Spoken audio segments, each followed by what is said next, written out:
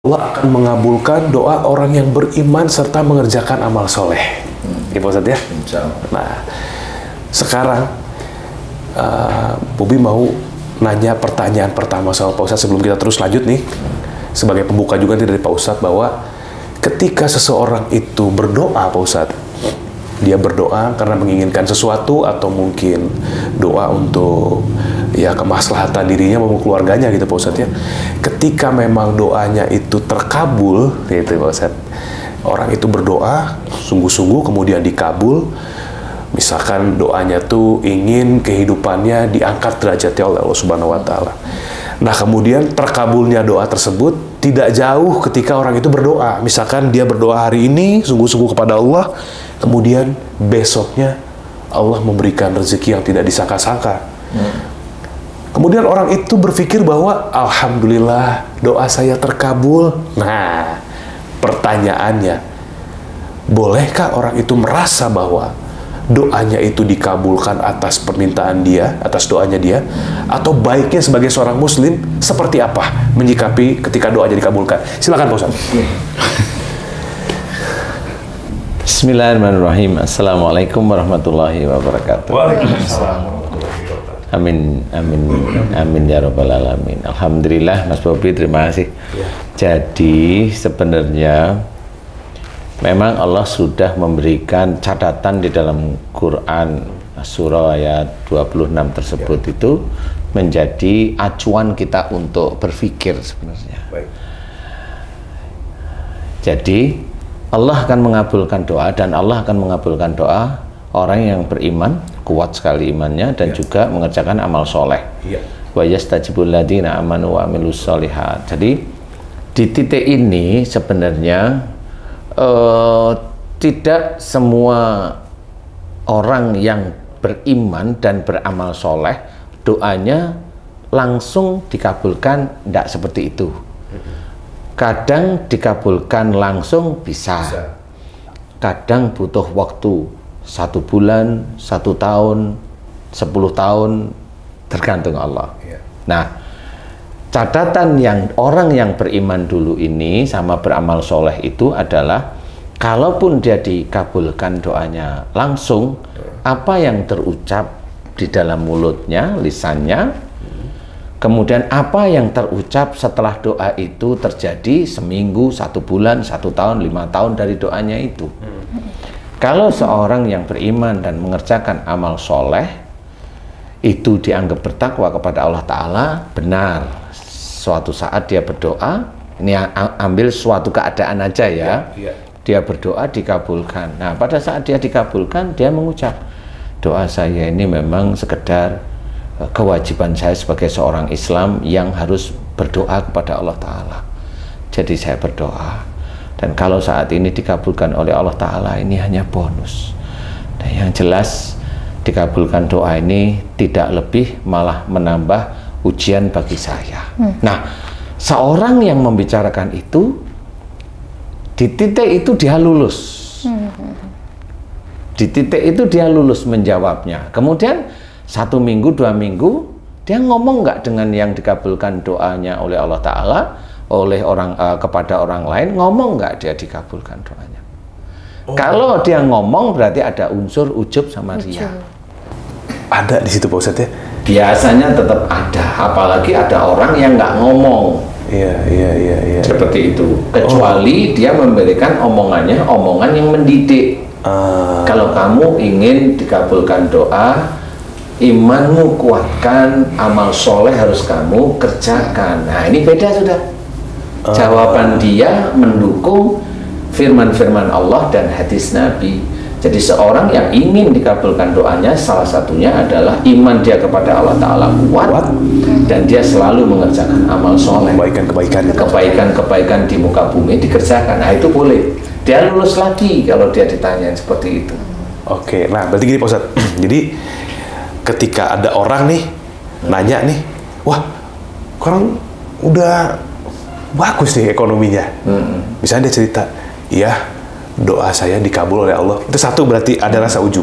Itu ujub. Nah yang kedua, ketika orang ini nggak nanya, misalkan ya datang gimana, rumah saya. Bagus kan? Ya doa saya dikabul nih. Itu lebih parah lagi berarti. Lebih parah daripada cuma ujub. Dia mau ngomongin aja dia sendiri kan gitu ya. Berarti unsur dakwahnya dia, kan ada juga orang berdalil seperti ini. Kenapa saya bilang bahwa doa saya dikabulkan? Saya tuh pengen menginspirasi bahwa dia tuh harus berdoa juga seperti saya. Ketika dia mungkin berkata bahwa doa saya dikabul, tetap itu bahwa ada niat mungkin mau menginspirasi orang, tetap ada ujubnya ya Pak Ustadz ya? Menginspirasi orang itu kan di mulut, Mas. Hati itu kan malaikat atid itu kan nggak bisa ditipu oleh mereka. Iya sih, ujub sih ya. Nah, iya, itu nggak bisa ditipu. Betul dia menginspirasi agar orang itu dekat sama Allah, malaikat raqib tahu kok. Dia betul-betul mengajarkan ketakwaan kepada Allah, bukan memaksa Allah untuk memberikan apa yang dia inginkan. Apa yang dia inginkan. Kan semua paham para malaikat itu seperti itu. Aduh. Karena dasar-dasarnya sudah sangat jelas. Makanya kalau doa itu bagaimana? Kalaupun mamanya tadi ini kan belum selesai nih, ada orang yang dia imannya cukup bagus, kemudian amal solehnya bagus.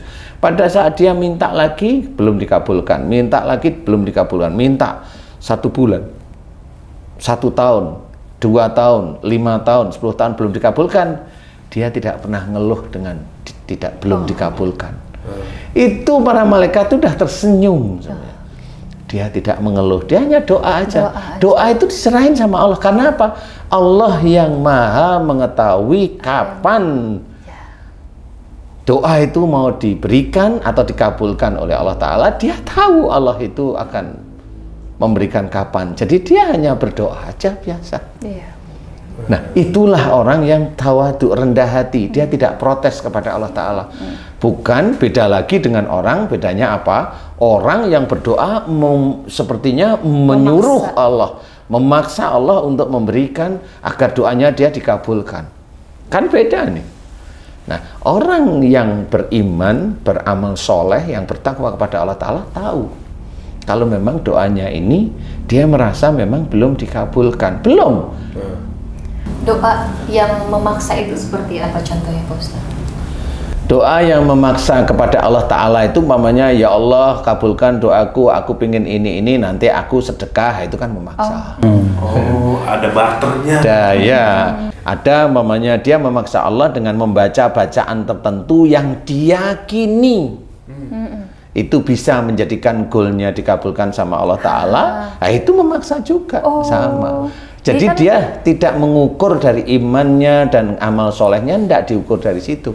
Tidak mengukur dari imannya dan amal solehnya, tidak diukur dari situ. Nah, sekarang Pak Ustadz di media sosial terutama ya Pak Ustadz, banyak banget ulama-ulama tuh yang kita nggak usah sebut ya, tapi rata-rata nih aku masih scroll banyak gitu ya tentang ceramah-ceramah bahwa kamu mau kaya, kamu mau diangkat derajat sama Allah, kamu mau ini, jadi baca zikir ini, baca doa ini, maka kamu pasti akan jadi kaya, maka kamu pasti akan ya dengan zikir ini, itu seperti apa? Ada kata pasti lagi Pak Ustadz. Kalau ada kalimat pasti yang diucapkan oleh orang tersebut, berarti dia menjadikan dirinya sendiri Tuhan. Dia tahu kapan rezekinya datang.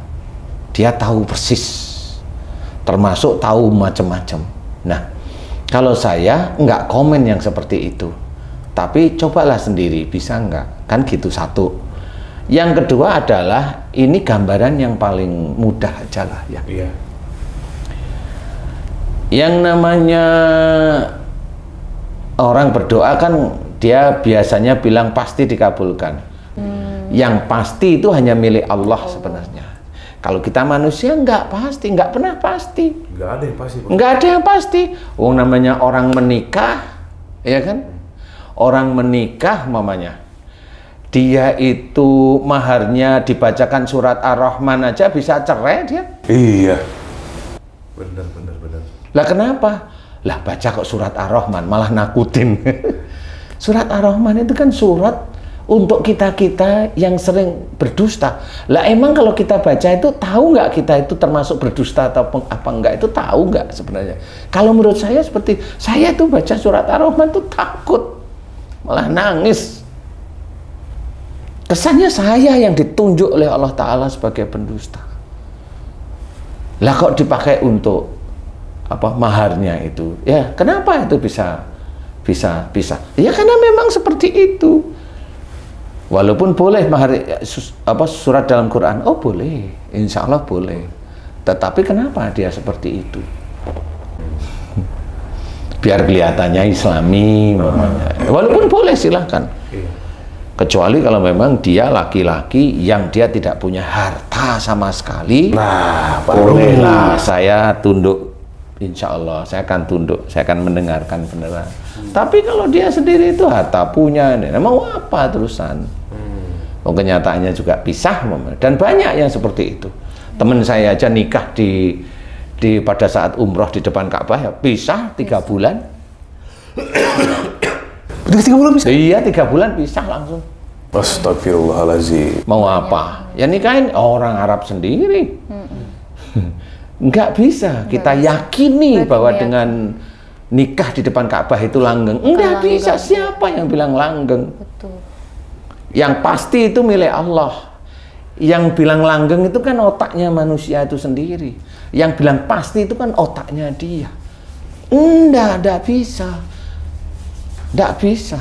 Kalau dia bilang pasti itu dia bisa aja tahu, malah matinya dia tahu nanti.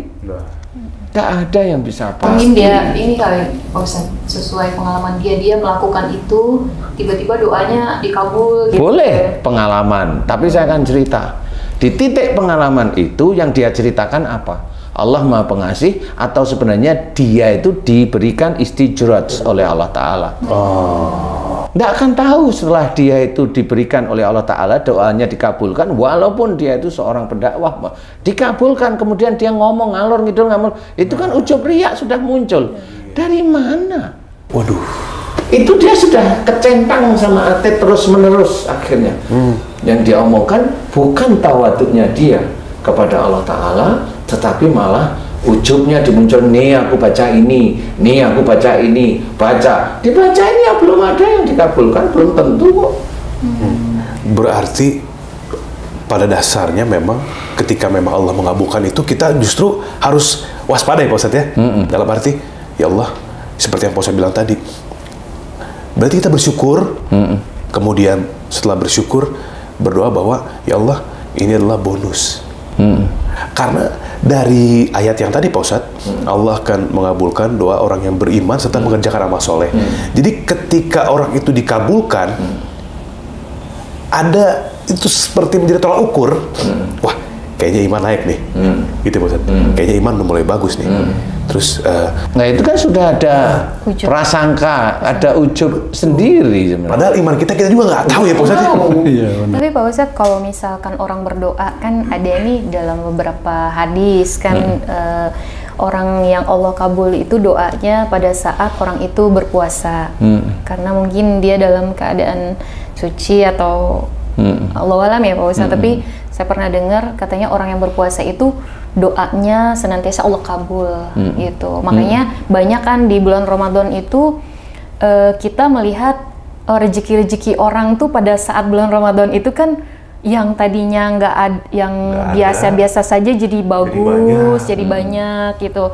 Apakah itu salah satu bentuk dari doa mereka yang orang-orang yang berpuasa atau gimana? Yang dimudahkan untuk terkabul gitu Pak Ustadz. Iya, sebenarnya bisa seperti itu. Intinya itu sebenarnya begini loh.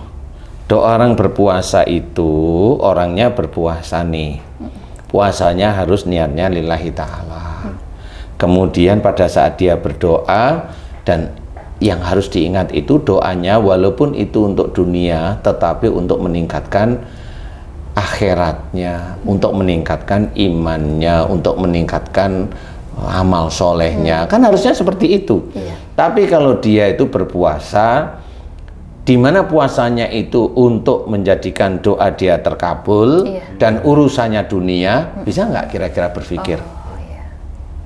Bisa nggak kira-kira? Itu puasanya bisa masuk besok itu menjadi amal soleh di akhirat, atau pahala besok apa enggak? Atau memang hanya dipergunakan untuk di dunianya karena memang dia hanya meminta dunianya. Padahal kalau memang seorang meminta dunianya, bisa aja diberikan oleh Allah Ta'ala sebagian di dunia, tapi nanti di akhirat dimasukkan neraka. Itu jelas kok ayatnya. Nah, orang belum paham bahwa kalau dia minta dunia itu harusnya untuk meningkatkan imannya kepada Allah Ta'ala, ketakwaannya kepada Allah Ta'ala. Nah, kan rata-rata manusia itu berdoa kan untuk dunianya aja. Nggak usah yang berdoa kepada Allah Ta'ala. Lah yang orang-orang yang non-muslim itu berdoa nggak berdoa aja ya kaya banyak. Kan harus berpikir begitu. Nah, itu berpikir begitu. Loh, itu orang itu kaya, orang kaya, ini kaya. Dia tanya muslim enggak? Enggak. Ya, yang muslim ada. Tapi dilihat aja sehari-hari. Kalau dia memang mencerminkan dirinya seorang yang iman kepada Allah Ta'ala kuat, bisa dilihat kok. Kalau dia memang tidak begitu kuat, tetapi dia itu hartanya dilimpahkan, ya bisa aja itu istijrat. Nggak perlu kita itu menginginkan hal-hal seperti itu. Berarti ketika pun dikabulkan, ya intinya gini ya Pak Ustadz, kalau saya dengar dari Pak Ustadz tadi itu semuanya itu ujian ya. Iya, dikabulkannya doa itu ya ujian. Mau apa habis itu? Mau apa habis itu? Mau jadi sombong, mau jadi ujub, atau mau jadi lebih bertawadu lagi, bahwa ini adalah kasih sayangnya Allah begitu. Iya. Bukan dari keimanan saya, karena kita juga nggak pernah tahu keimanan itu sejauh mana. Memang, makanya yang harus kita lihat itu. Jadi kalau Allah mau mengabulkan doa orang yang beriman, beramal soleh, ini beda, doanya beda nih. Biasanya orang yang bertakwa kepada Allah itu malah tahu dia nggak meminta dunianya malahan. Iya. Yang dia mohonkan itu malah akhiratnya semua. Kenapa dia tahu? Dia nggak meminta dunia. Karena dia tahu Allah itu yang maha mengatur rezeki. Dan dia cari akhiratnya beneran. Akhirat itu gimana? Bukan hanya sholat aja, bukan hanya baca Quran, bukan. Akhirat itu adalah di mana orang tersebut menjalankan kehidupan sehari-hari di dunia, semuanya didasarkan lillahi ta'ala. Didasarkan dengan syariat-syariat Islam. Bekerja, bismillah. Kemudian pada saat bekerja dia berbenturan dengan temennya, ada marah, dia harusnya diuji dengan temennya, marah enggak. Kalau dia tahu ini ujian nih dalam saya bekerja, dia nggak marah, senyum-senyum aja, dikerjain sama temennya.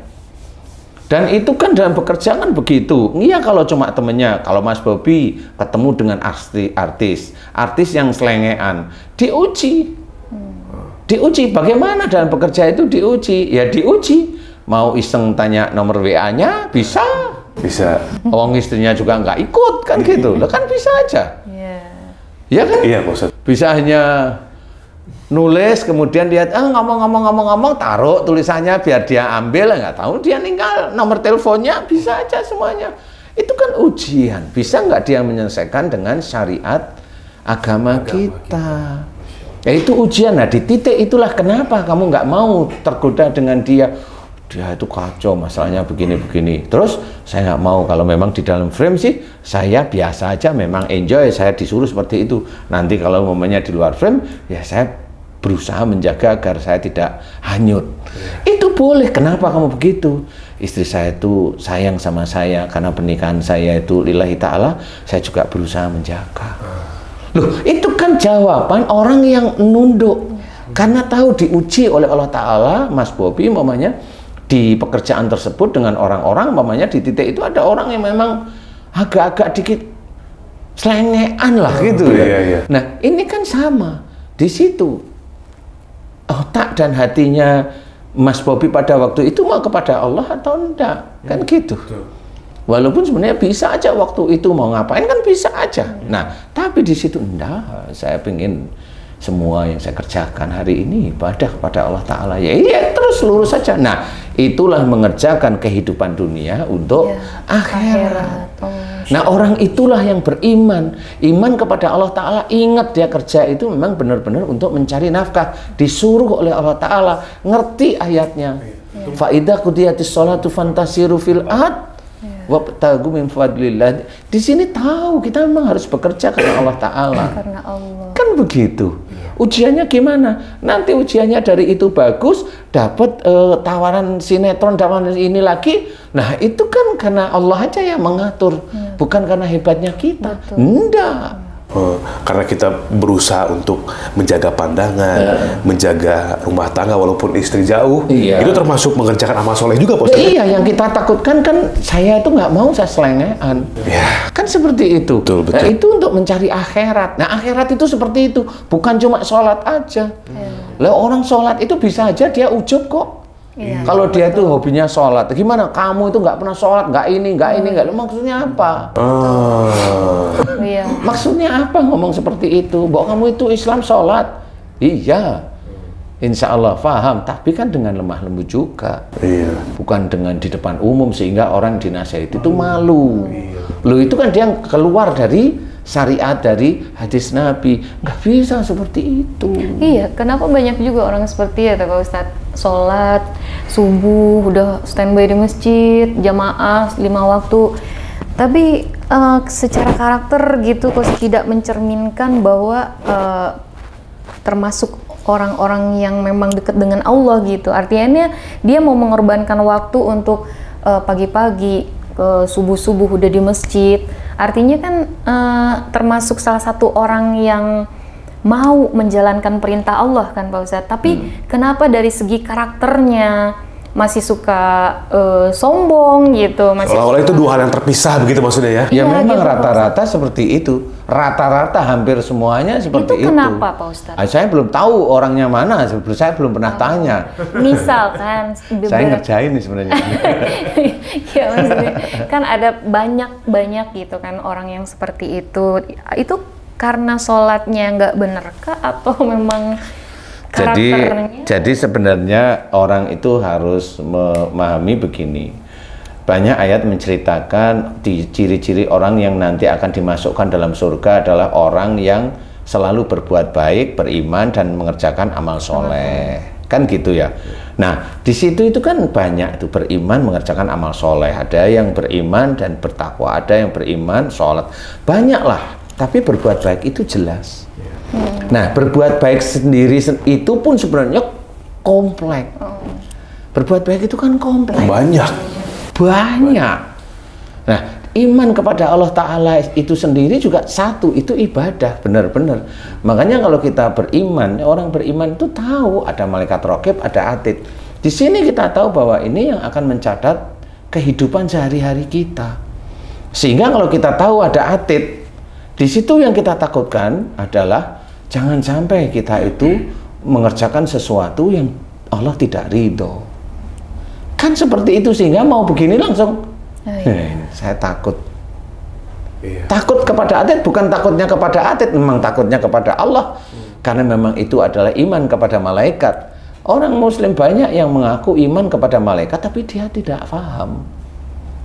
Ketidakpahamannya seperti itu. Dia sholat, dia berjuang di jamaah, boleh. Kalau saya jawab boleh, tetapi kenapa akhlaknya begitu? Nah, karena tidak paham. Inna sholata tanha anil fahsya'i wal munkar. Itu belum difahami beneran. Sesungguhnya sholat itu mencegah dari perbuatan keji dan mungkar. Gak ngerti. Sholat itu mencegah dari perbuatan keji dan mungkar. Orang itu sudah berpikir kalau dia sholat, dia merasa dirinya baik. Itu kan merasa. Lah yang menilai itu kan bukan dia. Ada orang. Kalau orang lain aja menilai dia itu masih arogan, masih sombong, masih ujub umpamanya. Itu baru orang. Gimana kalau malaikat atid? Yang detail. Yang detail. Yang detik per detik. Iya, makanya di sini orang muslim harusnya paham. Kita ini harus paham. Sholat itu urusan kita kepada Allah Ta'ala. Mau jamaah, alhamdulillah. Enggak, monggo, kan gitu. Yang jelas pada saat kita itu sholat harus belajar dari menjadikan seorang yang baik-baik itu global, banyak sekali. Baik kepada orang tua itu bagaimana? Dari mulai hormat pada orang tua, kemudian orang tua ngomong kita tidak bicara, kemudian orang tua salah kita tidak menyalahkan, itu baru ke orang tua. Belum lagi nanti baik kepada istri bagaimana, baik kepada suami bagaimana, itu kan detail. Kalau dia itu sholat berjamaah terus-menerus tapi dia tidak menafkahi istrinya, lah. Nah itu. Kan nanti ngomong, lah kan namanya yang memberikan rezeki kan Allah lah. Saya belum dikasih rezeki, lah kan males kamu. Lah kalau males mau gimana? Allah itu menginginkan rajin. Ya sholat, ya beribadah kepada Allah Ta'ala, ya bekerja, ya beribadah kepada Allah Ta'ala. Dalam pekerjaan nanti dia akan bertemu dengan ujian-ujian macam-macam. Ada ujian yang mendapatkan rizki tiap bulan. Ada ujian yang pensiun, nggak dapat voucher, nggak dapat. Bonus lebaran juga nggak dapat. Yang lain-lain nggak dapat. Ada yang seperti itu. Walaupun dia sholat, walaupun dia puasa. Ada. Nah pada saat itu ngeluh nggak sebenarnya? Loh iya kan? Artinya bagaimana ketika sholat ini menjadikan manusia itu punya pengendalian diri yang bagus ya Pak Ustadz ya, terhadap hal-hal yang ujian-ujian yang datang kepada dirinya. Karena bisa juga kalau misalkan tadi berbicara dengan doa aja ketika dikabulkan itu menjadi ujian, apakah orang ini akan merasa bahwa imannya bagus? Mungkin dengan sholat ketika dia punya majelis merasa bahwa saya dan anggota majelis saya ini yang paling baik, yang paling betul gitu kan ya. Dengan datangnya dia, kemudian dia merasa bahwa kembali lagi, wah imam udah oke nih, udah rajin nih. Bisa jadi seperti itu. Dia kan baru rajin aja. Kan ujiannya kan nggak hari itu. Benar. Hari itu ujian saya hari ini, besok bahkan nggak ngerti kamu. Kecuali kalau dia besok mati lah ya, terserah ya. Tapi kan beda, orang mati itu tetap nanti ada jurusan lagi. Kenapa orang itu bisa mati? Ada lagi tuh Pak Ustadz ya? Ada lagi ayatnya. Tapi kalau kembali ke doa nih Pak Ustadz ya, Pak Ustadz sering ngajarin nih bahwa ketika kita berdoa, perbanyaklah mohon ampun kepada Allah. Banyak mohon ampun, kemudian bersyukur, berterima kasih kepada Allah atas karunia yang telah Allah berikan. Benar. Tapi ada juga Pak Ustadz yang memberikan statement seperti ini. Oh kenapa nggak minta aja? Lebih minta, ya boleh minta harta, boleh minta kebahagiaan dan lain sebagainya. Karena kalau kita nggak minta, itu jatuhnya sombong loh. Padahal kan Allah sudah menyuruh kita untuk meminta. Nah, itu gimana Pak Ustadz? Banyak meminta dengan banyak mohon ampun. Katanya mesti banyak meminta supaya kan Allah sudah memberikan sarananya itu doa. Kenapa nggak banyak minta aja? Itu gimana? Iya, berarti dia baca Qur'annya kurang, sama belajar hadisnya juga kurang. Kalau dia hanya meminta duniawi, saya balik. Lah itu kan nafsumu yang kamu inginkan. Kenapa kamu punya tameng atau perisai kalau nggak minta itu dikatakan sombong? Bukan. Mohon ampun itu juga meminta sebenarnya. Minta ampun. Mohon diampuni. Sama-sama meminta nih. Sama. Bersyukur pun juga sama. Itu meminta juga. Lah kenapa kok bisa meminta? Lah kan jelas. La in syakartum la azidanakum. Lah kan begitu. Bersyukur atas semua nikmat. Nanti akan diberi nikmat berikutnya oleh Allah Ta'ala. Kan jelas, bersyukur aja udah cukup. Nanti Allah akan memberi. Kan tahu kalau Allah mau memberi, cukup aja bersyukur. Bersyukur aja Pak Ustadz. Nah kan bagaimana coba? Suruh minta apa? Kalau dia bilang minta, nanti katakan sombong. Lah kamu itu mengatakan kalau kita sombong, itu kan kamu. Kalau saya tetap enggak. Karena kamu yang kamu minta itu pasti dunia. Orang yang berkata seperti itu pasti dia konotasinya dunia. Jarang yang akhirat. Yang akhirat itu tahu kok. Banyak para ustadz, para ulama itu secara teori paham. Kerjakan akhiratmu, dunia akan mengikuti. Tahu. Tapi kenyataan kalau dia minta, dunianya malahan. Spesifik banget. Lah iya. Lah itu nanti kalau nggak minta dikatakan kita sombong. Lah kamu belajarnya gimana? Minta aja, mohon ampun aja udah jelas kok. Kita itu tahu kalau Allah itu maha memberi rezeki, maha memberi rezeki. Allah yang maha mengatur rezeki manusia masing-masing. Kenapa nggak serahin aja sama Allah Ta'ala? Kenapa harus minta ampun? Dengan minta ampun nanti Allah akan memberikan rezeki, Pak Ustadz. Gimana? Diulang lagi. Kenapa dengan kita beristighfar, artinya kita beristighfar itu kan adalah bagian dari permintaan. Dengan beristighfar aja nanti Allah akan atur semua, akan Allah kasih semua. Kenapa dengan beristighfar aja Allah bisa kasih semua untuk kita gitu, Ustaz? Sebenarnya bukan kasih semua untuk kita, tapi Allah akan memberikan petunjuk bagaimana kita mendapatkan rizki. Jadi pada saat seseorang itu mohon ampun dengan tulus, dengan ikhlas kepada Allah Ta'ala, insya Allah dosa-dosa itu kan mulai dikurangi. Nah, dengan mulai dikurangi, yang mulai muncul itu kan amal-amal solehnya, kalau memang itu ada, kan gitu ya. Dengan munculnya amal soleh, mencoba Allah itu memberikan salah satunya doanya dia itu dikabulkan.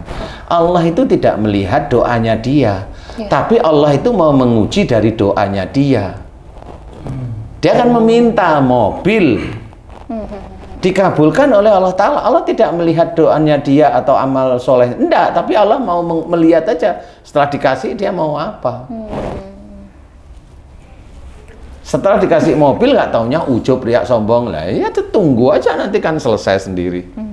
Bagaimana cara Allah melihat itu? Banyak sekali.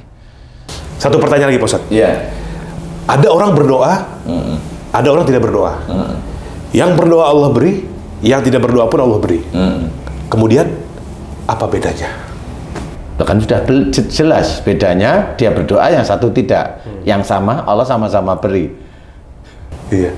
Jadi ketika Allah memberikan kepada yang tidak berdoa, nggak usah berdoa juga dikasih. Oke. Kalau tidak berdoa dikasih, kalau dia imannya kurang, selesai nanti dia. Ketika dia dikasih tapi imannya kurang, pada waktu dia ngomong nanti Allah akan memberi, tapi imannya dia kurang, dia akan selesai hidupnya.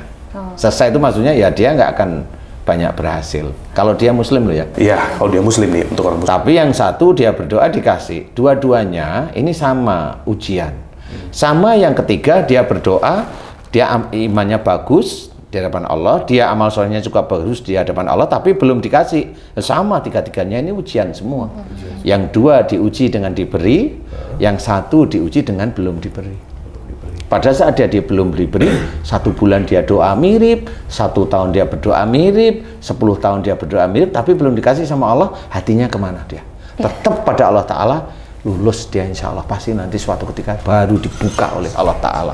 Nah, ketika pun dia tidak berdoa tapi diberi, jangan sampai jadi kesombongan bahwa nggak doa yang dikasih, gimana kalau doa?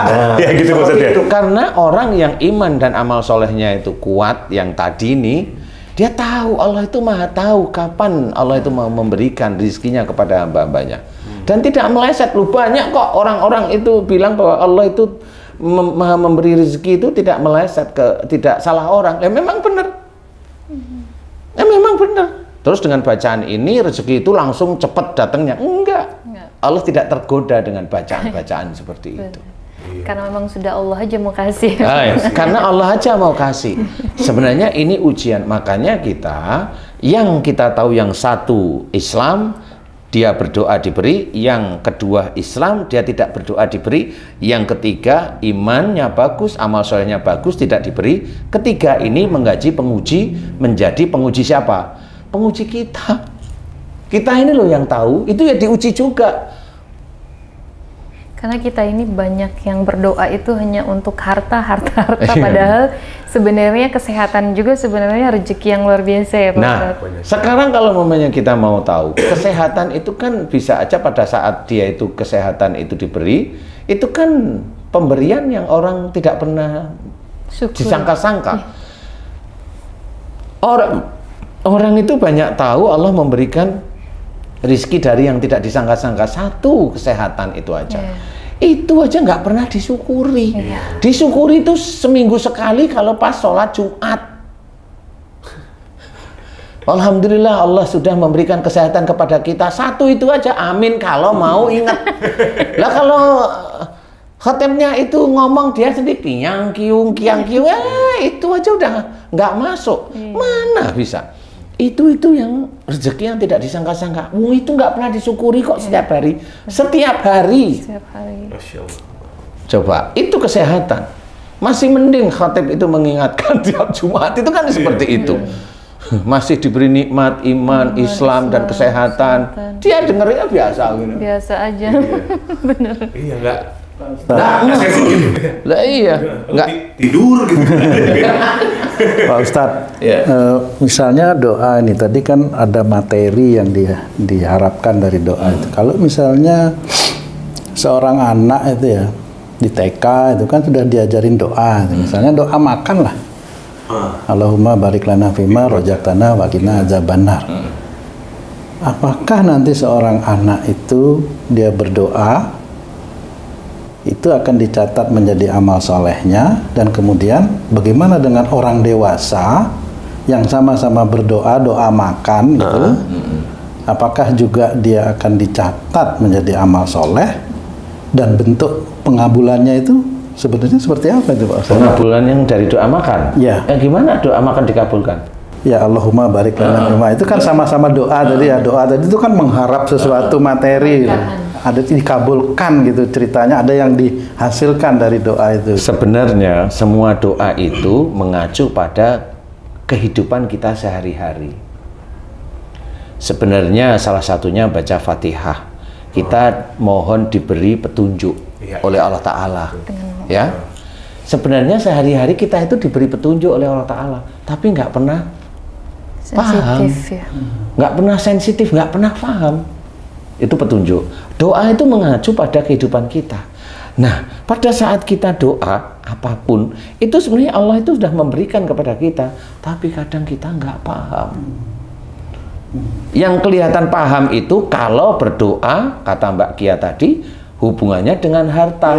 Kalau nomor rekeningnya itu tambah terus, rupiahnya, itu dia tuh dipandangin. Ngerasa doa dikabul. Lah, itu merasa doanya dikabulkan. Kan bukan itu aja. Cuma bedanya anak kecil tadi berdoa, memang itu menjadi latihannya. Karena anak kecil, dia belum akil balik, ya belum bisa dicatat.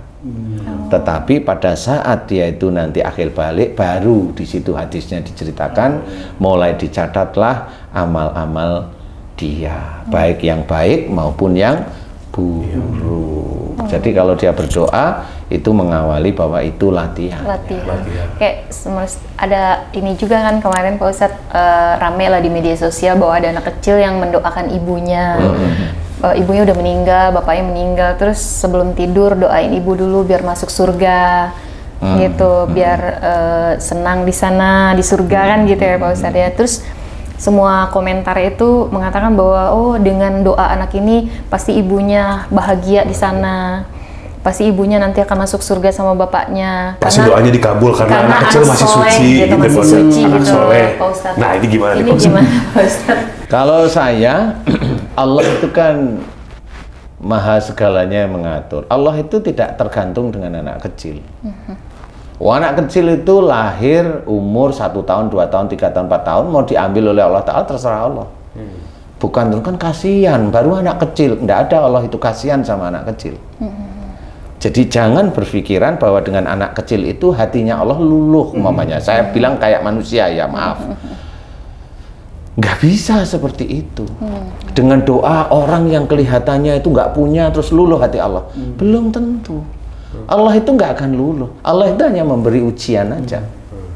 Tapi kalau ada komen yang, yo itu pasti ibunya bahagia di sana. Siapa yang bilang bahagia di sana? Nggak ada. Kalau ibunya, bapaknya umpamanya meninggal, dia sendiri itu ibadahnya juga morat-marit. Ya gimana mau bahagia? Orang itu akan membawa dosanya masing-masing. Akan membawa amal solehnya masing-masing. Tapi kalau dengan doa anak soleh, doa anak yang soleh itu maksudnya seperti apa Pak Ustadz? Ya doa anak soleh itu kan soleh di hadapan Allah, bukan soleh di hadapan manusia. Kalau soleh di hadapan manusia, Mbak Ki aja lihat kalau ada orang tiap subuh di masjid, nah itu kelihatan soleh. Tapi kan kalau diurut sehari-hari, loh kok ini masih ujub, riak, sombong, lah kan nggak soleh walaupun dia itu tiap pagi itu berjamaah, kan nggak bisa. Soleh itu nggak diukur dengan dia seperti itu, enggak. Kesolehan itu diukur iman dan juga yang aplikasikan. Aplikasi yang mana? Ya sholat, ya baca Quran. Ya aplikasi yang mana? Otak kita bagaimana? Aplikasi mana? Mohon ampun jika salah. Aplikasi mana? Bersyukur diberi banyak. Ini aplikasi yang mana? Tidak ujub, tidak dia. Aplikasi kan banyak soleh ini ukurannya. Nggak diukur dari sholatnya saja. Enggak. Banyak faktor ya. Banyak faktor. Orang yang dia itu merasa dia sudah berjamaah, bisa saja setan itu malah di titik itu malah masuknya. Dia tidak bisa menggoda dengan harta yang banyak karena memang dia nggak kerja kan gitu, nggak bisa digoda.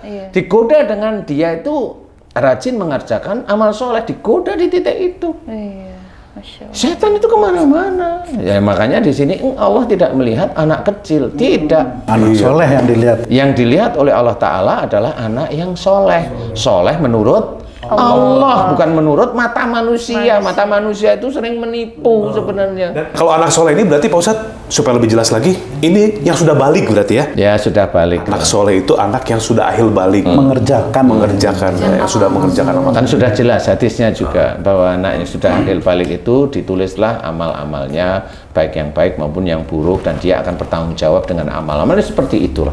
Terus apakah bisa juga, kan ada juga ini di masyarakat kita ya Pak Ustadz, seorang ibu yang meninggal anaknya, terus nanti dikatakan bahwa anak ini akan menjadi tabungan buat ibunya nanti di akhirat, yang bisa menyelamatkan yang bisa menyelamatkan ibunya dari api neraka gitu. Ini berarti anak yang belum akhil balik nih ya? Anak yang baru Karena masih lahir suci. misalkan meninggal gitu. Terus banyak yang di masyarakat kita kan seperti itu selama ini ya Pak Ustadz, saya dengar Jadi bahwa tabungan. jadi tabungan, sabar ya, anak ini meninggal insya Allah udah jadi tabungan buat kamu di akhirat. Akan menarik orang tuanya ke dalam surga kelak lah. Kelak gitu. Gitu kan bahasanya begitu. Itu gimana Pak? Ya kalau saya melihatnya tetap orang itu akan bertanggung jawab dengan dosa dan amal solehnya. Dia akan bertanggung jawab. Anak itu tetap sama di porsinya. Kalau memang dia sendiri itu belum akhil balik, ya memang anak itu akan masuk surga nantinya. Anaknya, orang tuanya enggak.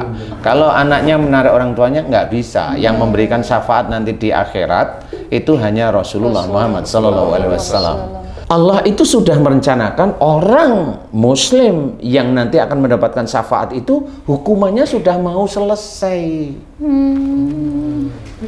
Lah hukuman bunuh orang sama hukuman nyuri ayam kan beda.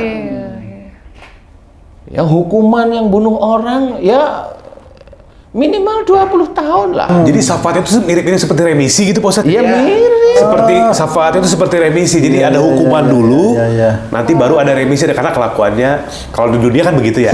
Kelakuan baik. Ya, di situ tidak ada. Nah, orang yang seperti di penjara kemudian ada istilahnya kalau di situ tuh, kalau di penjara itu asimilasi, sudah mulai boleh diminta beli rokok di luar, beli makanan, nah seperti itu. Jadi nggak semerta-merta ini umpamanya maaf nih, ini teroris yang suka ngebom atau bunuh atau ini, lo kan nggak bisa dikeluarkan itu. Lo kan bahaya, lari beneran gimana? Kan harus dilihat. Nah, syafaat itu seperti itu. Jadi Allah itu punya hukum di akhirat. Bukan hukumnya manusia menurut manusianya, gak bisa. Itu sudah diceritakan dalam firman Allah Ta'ala. Jadi diceritakan pada saat suatu ketika bahwa syafaat itu tidak berlaku, tidak ada gunanya. Syafaat tidak ada gunanya itu, tidak ada gunanya itulah kiamat sebenarnya. Tidak ada gunanya bisa di akhirat.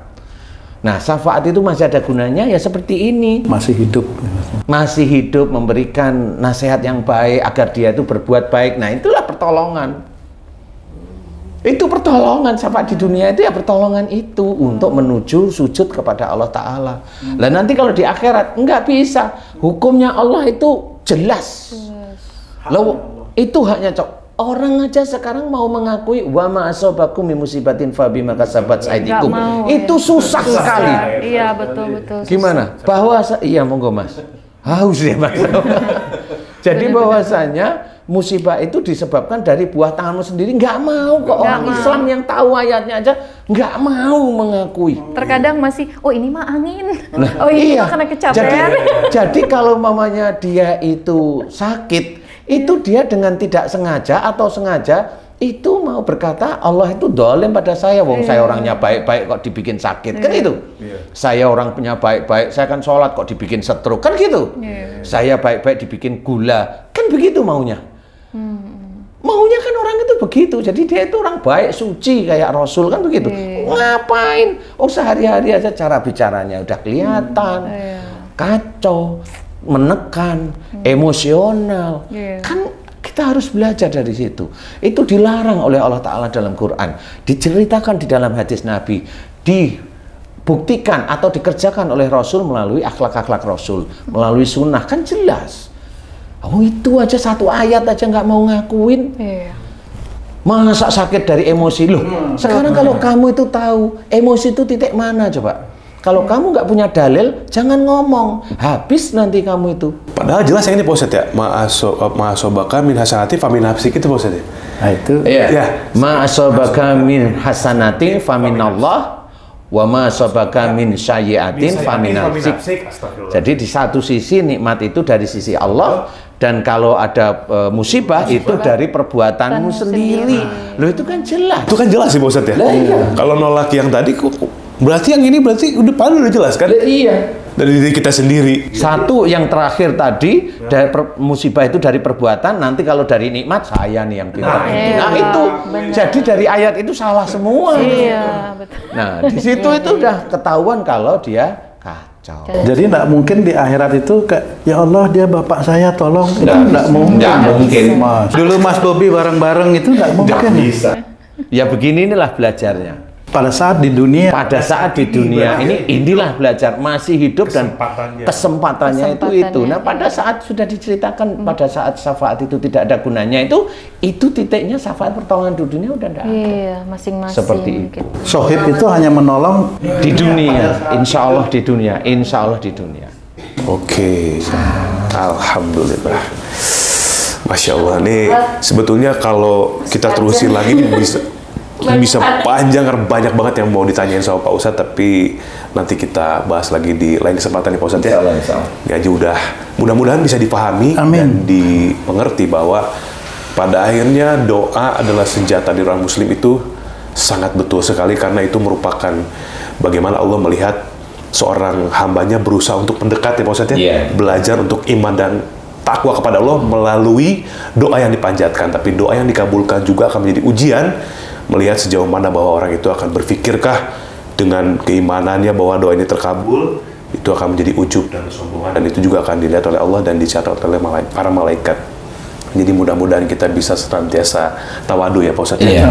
Ketika doa itu belum dikabulkan, tetap tawadu, tetap terus berdoa kepada Allah, karena memang itu adalah tugas kita sebagai seorang muslim. Ketika pun sudah dikabulkan, tetap bertawadu. Ya ini adalah bonus, karena Allah ya Rahman ya Rahim, Maha Pengasih lagi Maha Penyayang. Di berdoa, tidak berdoa, Allah akan berikan. Tinggal dilihat nanti dua-duanya menjadi ujian. Bukan berarti tidak berdoa terus dikasih juga, ya udah nggak berdoa aja, oh berarti itu sombong juga. Ketika dikabulkan, mendapatkan apa yang diinginkan, kemudian wah atas keimanan saya sombong juga. Nah, jadi semuanya relativitas kembali ke pribadi kita, bagaimana kita menyikapinya sebagai seorang muslim, harus tetap tawadu. Intinya ini semua adalah kebaikan dari Allah Subhanahu wa Ta'ala untuk kita ya. Amin Pak Ustadz. Kurang seperti itu Pak Ustadz? Insyaallah. Amin ya Allah. Wallahu alam. Mudah-mudahan bisa menjadi manfaat untuk kita semua. Mohon maaf sekali jika ketika tadi berbicara atau berdialog saya juga ada kesalahan. Mohon dimaafkan. Mudah-mudahan kita sama-sama belajar senantiasa dalam hidayah dan taufik dari Allah. Amin, amin, amin. Sekali lagi terima kasih Pak Ustadz. Ya. Barakallah, terima kasih Pak. Terima kasih. Sama-sama. Nih, mudah-mudahan jadi ilmu buat kita ya. Mudah-mudahan jadi kebaikan buat Pak JJ. Terima kasih buat seluruh saudara Al-Final Channel, untuk Pak Tum Family, Mas Al, semua dimanapun. Wabillahi taufiq wa hidayah. Assalamualaikum warahmatullahi wabarakatuh. Waalaikumsalam warahmatullahi wabarakatuh.